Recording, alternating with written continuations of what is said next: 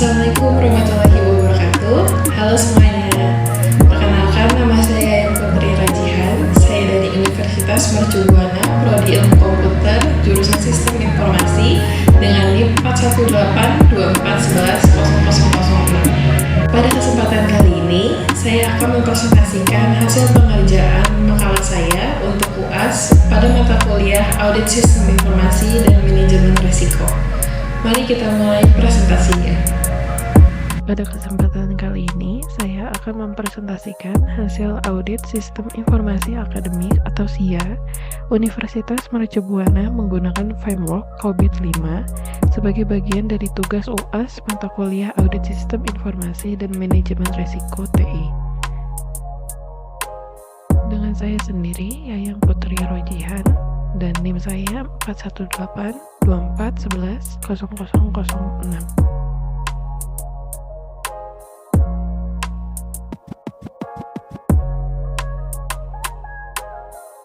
Untuk objek dan jenis audit di sini, yang pertama, di objek audit pada penelitian ini adalah Sistem Informasi Akademik atau SIA Universitas Mercu Buana.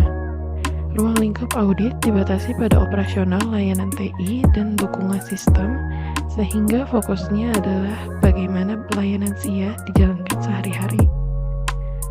Untuk jenis audit yang digunakan adalah audit operasional sistem informasi, yaitu audit yang menilai efektivitas dan efisiensi layanan SIA, karena SIA berhubungan langsung dengan layanan akademik yang dirasakan oleh mahasiswa dan dosen. Dan untuk kerangka audit, digunakan domain DSS atau Deliver Service and Support pada COVID-5. Untuk latar belakangnya, SIA di Universitas Mercu Buana ini merupakan sistem utama untuk mengelola data mahasiswa dan proses akademik, seperti KRS, KHS, nilai, jadwal, presensi, hingga pembayaran. Karena aktivitas akademik sangat bergantung pada SIA, maka sistem ini harus andal, aman, dan tersedia saat dibutuhkan.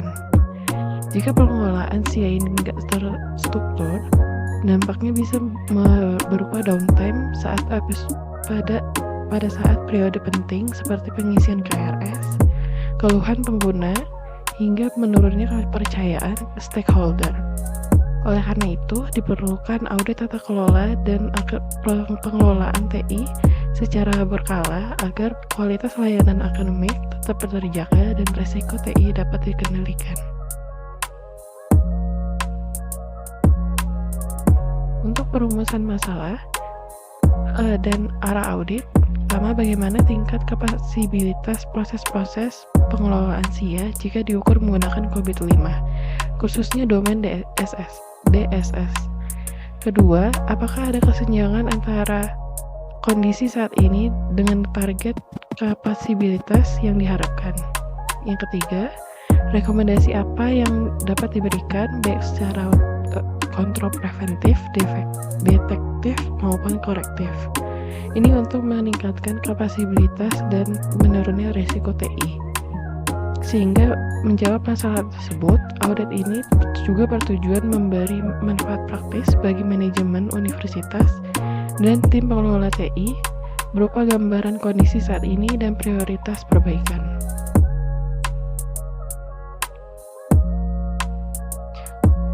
Secara konsep, audit sistem informasi ini adalah proses evaluasi menyeluruh untuk menilai apakah sistem mendukung tujuan organisasi dan berjalannya efektif, efisien, aman, serta sesuai dengan kebijakan atau standar.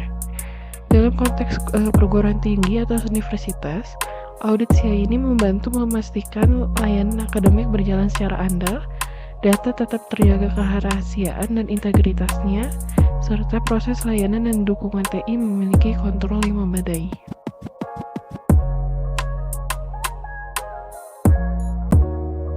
Untuk framework audit yang digunakan itu menggunakan COVID-5 dari ISAKA. COVID-5 ini membagi proses tata kelola dan manajemen TI ke dalam 5 domain, yaitu EDM, APO, BAI, DSS, dan MEA. Pada penelitian ini, audit difokuskan pada domain DSS atau Deliver Service and Support, karena domain ini paling berkaitan dengan penyampaian layanan TI, dukungan pengguna, operasional, keamanan layanan, dan kontinuitas layanan.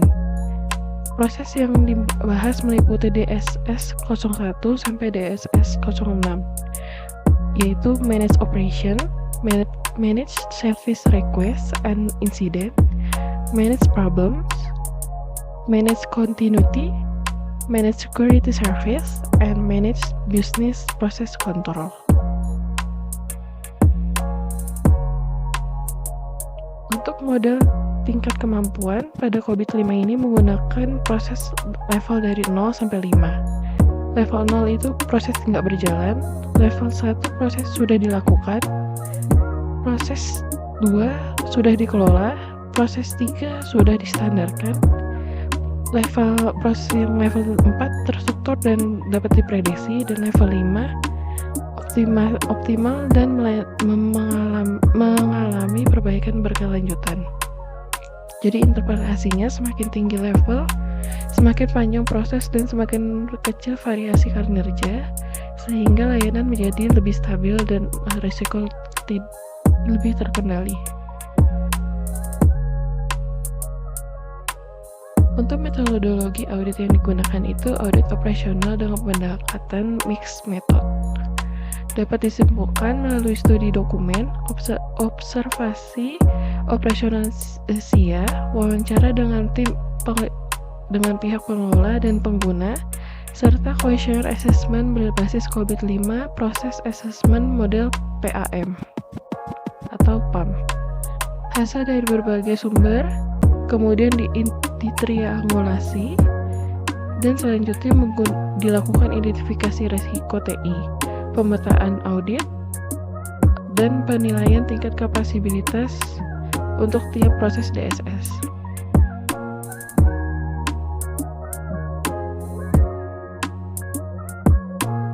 Untuk fungsi dan tujuan SIA. Fungsi dan tujuan SIA ini berperan sebagai mengelola data akademik mahasiswa, mendukung proses pembelajaran, dan menyediakan layanan informasi yang cepat dan akurat. Karena SIA ini dibanyakan oleh banyak pihak, seperti mahasiswa, dosen, dan biro akademik, jadi harus menjaga kualitas layanan, ketersediaan sistem, dan ketepatan data sangat mempengaruhi kepuasan pengguna dan kelancaran aktivitas akademik. Untuk proses identifikasi risiko TI, berdasarkan observasi dan kajian awal, terdapat beberapa risiko TI utama pada layanan SIA, yaitu downtime. Yang pertama itu ada downtime sistem pada periode KRS, kebocoran data akademik, yang ketiga akses ilegal dan penyalahgunaan akun, keempat kesalahan atau konsekuensi data akademik, dan yang terakhir adalah kegagalan proses backup serta pemulihan data. Nah, untuk risiko-risiko ini menjadi dasar mengapa domain DSS relevan, karena terkait langsung dengan operasi, insiden, kontinuitas, keamanan, dan kontrol proses bisnis.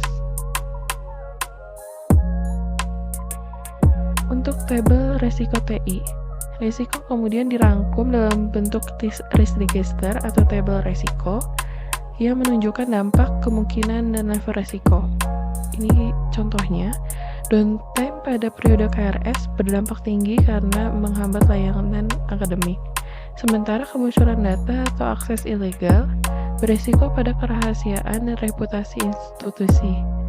Nah, tabel ini digunakan untuk menentukan area prioritas pada audit dan menjadi dasar penyusunan rekomendasi kontrol.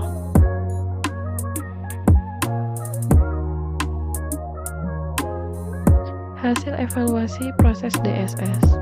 Berikut ringkasan hasil proses DSS. Secara umum, penilaian menunjukkan rata-rata proses berada pada level 4 atau predictable, yang artinya proses sudah berjalan konsisten, terukur, dan kinerja layanan cenderung stabil. Nah, pada makalah yang saya buat, tiap proses DSS 01 sampai DSS 06 dinilai berada di level 4 karena beberapa catatan minor seperti kebutuhan penguatan pada operasi, problem manajemen, dan keamanan agar bisa bergerak ke level 5. Kekuatan operasional. Jadi dari hasil audit, salah satu kekuatan utama adalah aspek operasional dan pemantauan layanan. Pemantauan yang efektif membantu menjaga kualitas layanan akademik, mempercepat respon terhadap penggangguan, dan meningkatkan kepuasan pengguna. Praktik seperti monitoring kinerja, pencatatan insiden, dan tindak lanjut masalah menjadi fondasi penting untuk layanan yang dapat diprediksi.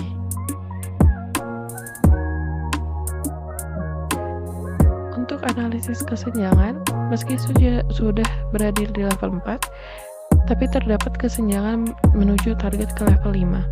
Level 5 menuntut budaya perbaikan berkelanjutan, pendekatan proaktif, dan inovasi, bukan hanya sekadar proses yang sudah stabil.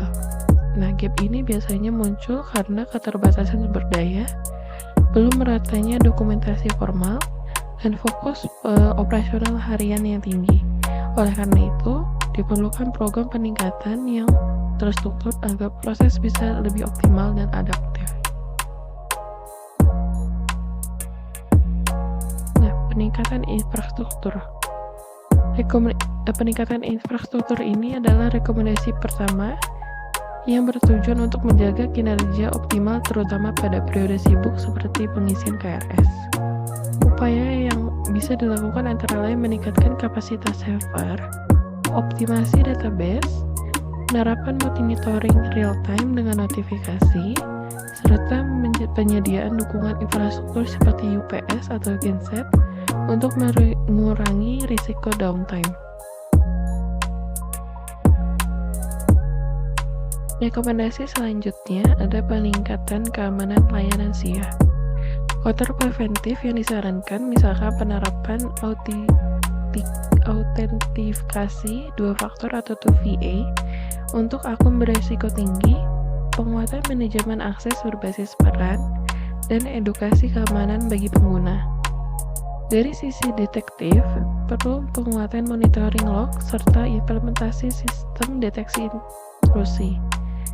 Dari sisi korektif, perlu rencana respon insiden keamanan agar langkah isolasi, investigasi, pemulihan, dan pelaporan dapat dilakukan cepat ketika terjadi insiden. Rekomendasi penting lainnya yaitu otomatisasi backup dan penguatan proses pemulihan. Backup yang otomatis dan terjadwal membantu menjaga data akademik tetap aman. Namun bukan hanya melakukan backup, yang penting juga adalah verifikasi hasil backup serta pengujian restore secara berkala. Dengan pengujian atau pemulihan yang rutin, resiko kehilangan data dapat ditekan dan waktu pemulihan saat terjadi insiden bisa lebih cepat.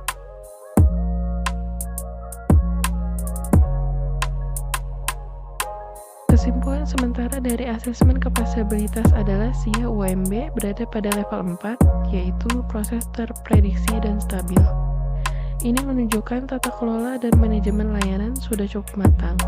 Nah, tahap selanjutnya adalah mendorong praktik continuous improvement agar proses bergerak ke level 5, misalkan melalui evaluasi rutin, otomatisasi yang lebih luas, perbaikan proaktif berbasis data insiden, dan monitoring.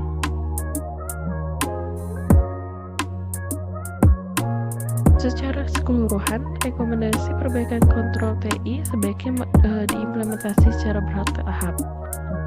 Prioritas awal bisa digunakan dari quick wins seperti formalisasi SOP, penanganan insiden dan problem management, penguatan monitoring, serta peningkatan awareness keamanan. Berikutnya dilanjutkan dengan penguatan infrastruktur, penerapan 2VA, dan monitoring log yang konsisten, serta pengujian rutin backup dan disaster recovery.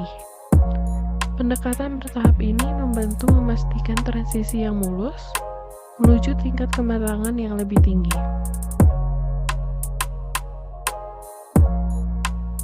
Sebagai kesimpulan, sistem informasi akademik Universitas Mercubuana telah mencapai level 4 yang terprediksi pada domain DSS yang menandakan proses layanan dan dukungan sudah berjalan dengan stabil.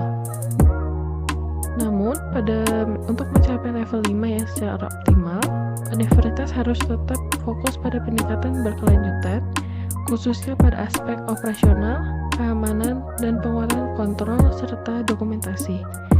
Dengan demikian, layanan akademik dapat semakin andal, aman, dan mendukung lingkungan akademik secara keseluruhan. Untuk refleksi penulis, tantangan utama selama audit ini adalah keterbatasan data dan kurangnya dokumentasi formal pada beberapa area. Walaupun demikian, proses audit ini memberikan pengalaman dan wawasan berharga tentang penerapan COVID-5 secara praktis, termasuk bagaimana menilai kapasitas proses dan merumuskan rekomendasi kontrol yang realistis untuk perbaikan tata kelola TI.